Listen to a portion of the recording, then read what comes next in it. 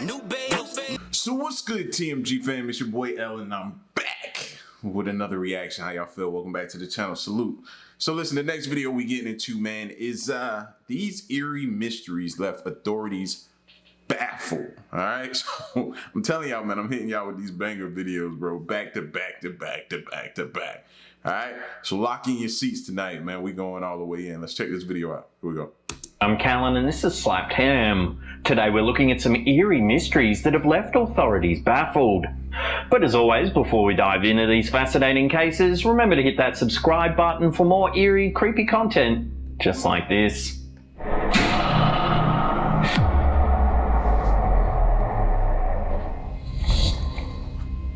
There are many things you might imagine when moving into your dream home. Dang it!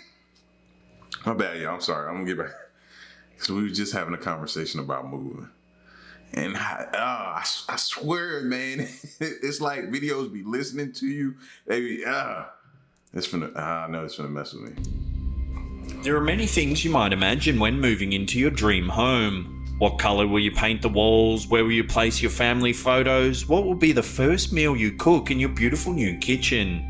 However, you probably won't be thinking about what horrible things could be waiting for you behind the walls of your new home. The Bretzius family thought they had found their dream home in a small town in Pennsylvania in the US. They purchased the home in 2011 and quickly began preparing to move in with their 4 children. Bro, if you're a homeowner, then you know that feeling. Hey, even if you rent, anytime you get a new place, you have that just joy, excitement in your body, man. You can't wait to decorate. You can't wait to set it up. If you're a dude, women can't wait to decorate. You know what I'm saying? You envision yourself. You get in there that first night, you smiling, you setting up, you getting things right, you making it your own. Like, your guard is probably down, bro. Except for you thinking, you know what I'm saying? Not too down because you preparing, you in a new neighborhood, you in new surroundings, you don't know the people. So you prepared in that aspect. But I'm talking about on the inside of the home. You know what I'm saying? Other than you worried about spraying for bugs like spiders, but animals? Come on, man. That's not something you're really thinking about. The home inspector found nothing wrong with the home, so they only planned a few upgrades to the space. One of the projects that they planned was adding insulation to the room that they planned to use as a nursery for their youngest child. When they opened up the walls, the eerie mysteries began. Immediately, they were hit with an awful stench. It didn't take long to discover why. The walls were full of animal carcasses. Based on the newspapers the rotting animals were wrapped in, they had been there since the 1930s and 40s. The 30s and... Whoa. Hold up. Would it still have... It hasn't decayed all the way... The 30s and 40s, bro? I don't know. Something's weird about that. Something's definitely weird about that. The walls also turned up assorted herbs and spices, indicating that the carcasses had been placed in the walls as part of a black magic ritual. The Bretzius family spent almost... Sell. Get the realtor on the phone. Time to sell. Grand opening, grand closing. $20,000 removing all traces of the carcasses from their home. Authorities attempted to determine which of the former owners had been responsible for the disgusting discovery, but no one's been able to solve this strange mystery. That sucks. That will put a sour taste in your mouth about becoming a new homeowner, bro. Now that's something that I'm going to be thinking about. When you meet with the inspector and you're like, yo, did you check the walls, fam? Like, and we were just talking about, should we build or should we, you know what I'm saying? Just keep searching until we find, because hard searching, finding everything you want in a home. So we were talking about that compared to building. But after seeing that, I might want to build. One of the eerie mysteries that left England's authorities baffled begins in Hadley Wood, Enfield, North London. Kennedy Ive was a typical 26-year-old living with his parents and 5 brothers. One day, he began to complain of some symptoms, including stomach and throat pain and difficulty sleeping and breathing. At first, his family just thought he was coming down with a minor illness. However, he started to act differently, becoming withdrawn and sullen, very different from his usual demeanour. This behaviour eventually escalated to extreme violent mood swings, in which he lashed out at family members. In one instance, he even attempted to bite his own father. After this violent incident, Kennedy's family confronted him about his bizarre behaviour. He told them that there was a seed inside of him that was growing into a serpent. Kennedy seemed incredibly agitated about this, even attempting on several occasions to mutilate himself with a knife to dig out the offending seed. He also rambled about the mark of the beast, the number 666 being on him. The family had these types of conversations with Kennedy repeatedly over the course of about 2 weeks before they eventually decided to take action. They believed that there was another personality inside of him, most likely a demon that was trying to kill him. They believed that they had to restrain him to protect him from himself. He lucky, because most family members that I know would have just abandoned him and rolled out. Oh well, he tripping over there. I'm gonna just disassociate myself with him. You know, he gotta be lucky, bro. The family overpowered him and tied him to a bed with cables and handcuffs. They kept him there for 3 days while they prayed over him, hoping that their constant vigil would force the demon to leave. Throughout the 3 days, Kennedy alternately barked and growled like an animal. Near the end of the 3 days, he began to complain of dehydration and being unable to breathe. Kennedy Ife died of cardiac arrest after being tied to the bed for 3 days without food, water, or rest. The medical examiner later determined that the family most likely attempted to perform some sort of resuscitation based on the bruises on the body. However, numerous family members were arrested on charges of manslaughter. Oh, snap! Bro, he died. I did not expect him to say that. I mean, of course, like some people take this stuff like maybe it was just he needed to be committed to like some type of psychiatric ward. But this family took it upon themselves. Tied him up for 3 days, no food, bro. That's crazy. Like when do people just start taking things in their own hands, man? False imprisonment, and causing or allowing the death of a vulnerable adult. They denied the charges, insisting they were only trying to help him and that they never believed he was in any danger from their attempted exorcism. In the end, all were acquitted and set free. Even so, what really happened behind the closed doors of the Ife home remains one of the... Whoa. They were what? Where did this take place at? I need this full story. ...exorcism. In the end, all were acquitted and set free.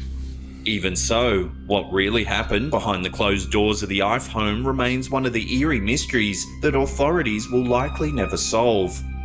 What do you think? Was there really demonic possession at play here? Was an exorcism justified, or was it gross negligence at the hands of an impressionable family?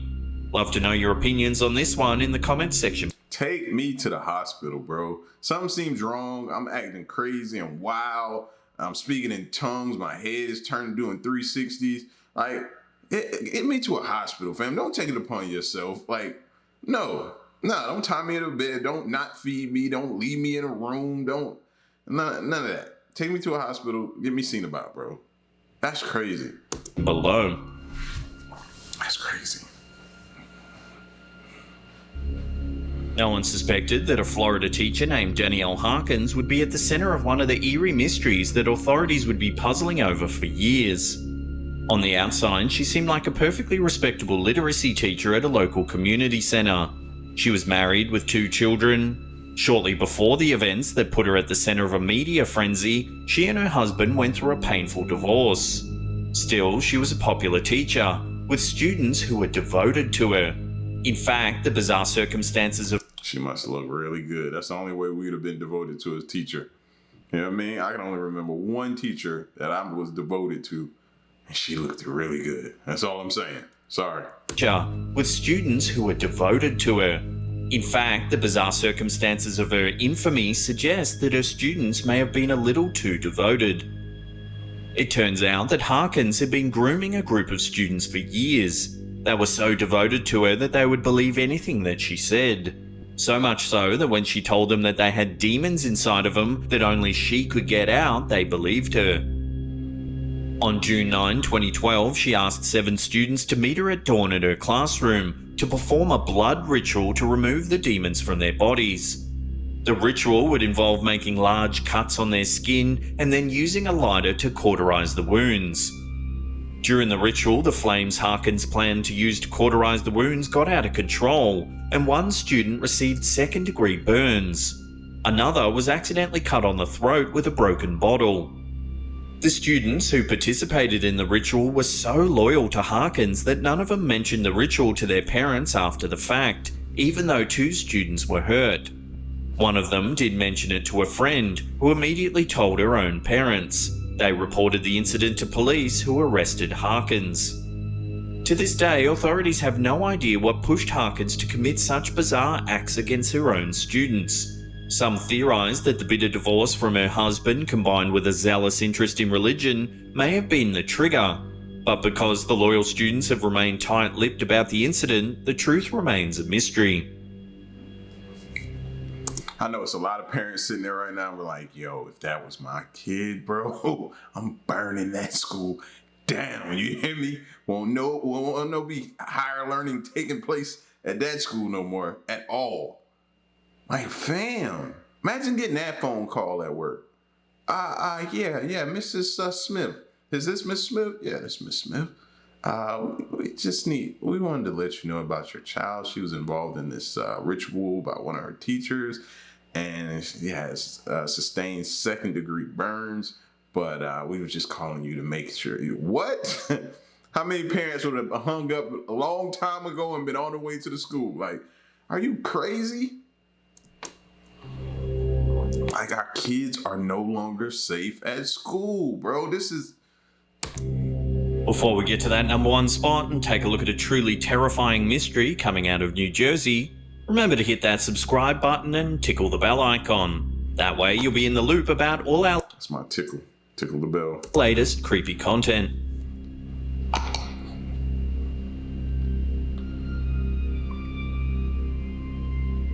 When the Broadus family bought their new home at 657 Boulevard in New Jersey, they thought they were fulfilling a dream, not beginning a series of eerie mysteries that would haunt their nightmares for years to come. In a case that's been dubbed The Watcher, the beautiful new home purchased by the Broaduses became tainted by a mysterious individual who refused to leave the family in peace. Derek Broadus grew up in a working-class family, so he was ecstatic when he was able to work his way up to a vice president level at the insurance company where he worked. With his new salary, the family was able to afford the beautiful new home at 657 Boulevard. 3 days after they closed on the house, Derek and his wife Maria were in the house doing some renovations before moving in, when they stepped outside to check the mail. Inside, they found an envelope addressed only to the new owner. The note inside began simply enough, by welcoming the new owners to the neighbourhood. However, as the letter went on, it began to take sinister turns. The writer stated that their family had been watching the house since it had been built, and that they have been put in charge of watching and waiting for its second coming. The writer then listed the things they had already noticed about the new owner's family, indicating that they had already begun watching. The note included a warning about the renovations, stating, "I see that you've already flooded 657 Boulevard with contractors so that you can destroy the house as it was supposed to be. Bad move, you don't want to make 657 Boulevard unhappy." The writer also ominously mentioned Derek and Maria's 3 children, even asking if they... That's what you don't do right there, bro. Now we got... If you thought we had an issue before, when you took it there, we got a big issue. Plan to have it. Now I'm stalking my own mailbox, sitting out there trying to figure out who put it in there, who's walking to my mail, everything. Anymore. Do you need to fill the house with the young blood I requested? Better for me. Was your old house too small for the growing family, or was it greed to bring me your children? Once I know their names, I will call to them and draw them to me. The letter had no return I'm taking the letter outside and I'm shooting holes through the letter. And then I'm hanging it up out there. Like, address and was signed The Watcher.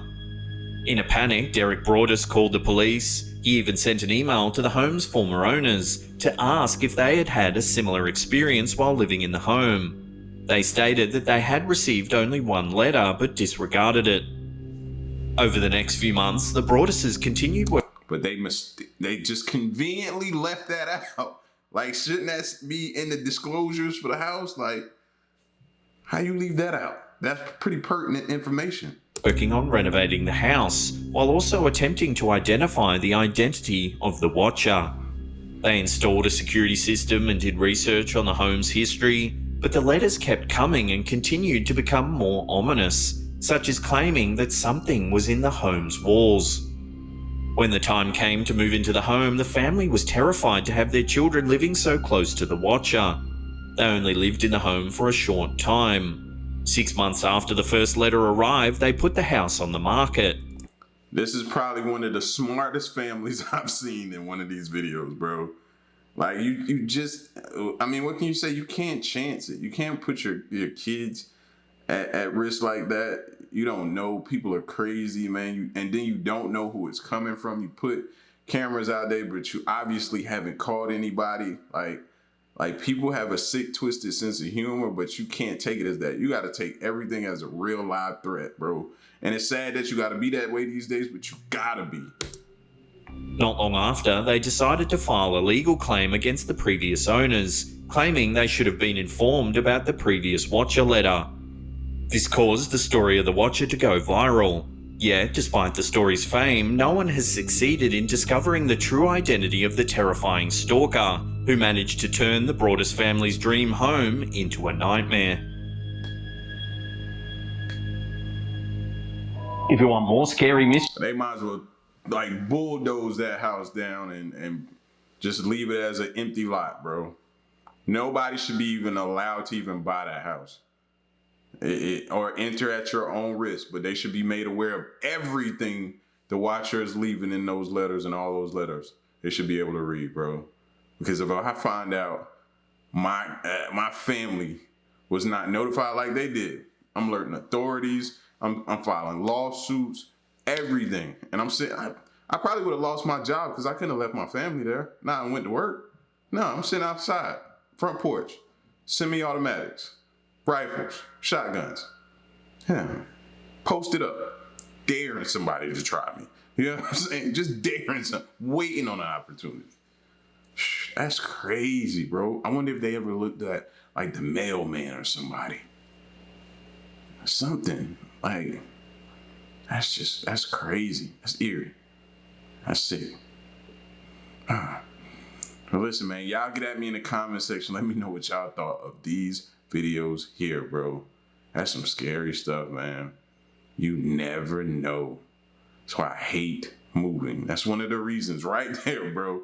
Because there's always one piece of unknown thing that you overlooked or didn't know about after you done signed on the dotted line for this 30-year, you know what I'm saying? Which you're not bound and committed to, but it's just, I hate moving. That's bottom line. That's what it boils down to. Y'all get at me in the comment section, though. Let me know what y'all thought of this video, all right? And stick around and stay tuned to the next one. I'm out. Peace.